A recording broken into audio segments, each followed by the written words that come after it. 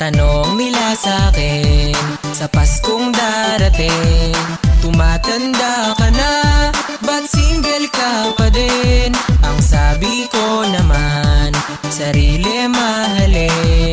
Kapag single, walang selos, walang susuyuin. Huwag kang mangangamba, hindi yan karera. Isipin mo sarili mo, lalo't maganda ka. At kung lalaki ka, marami dyang iba. Kung single ka ngayon, pare di ka nag-iisa.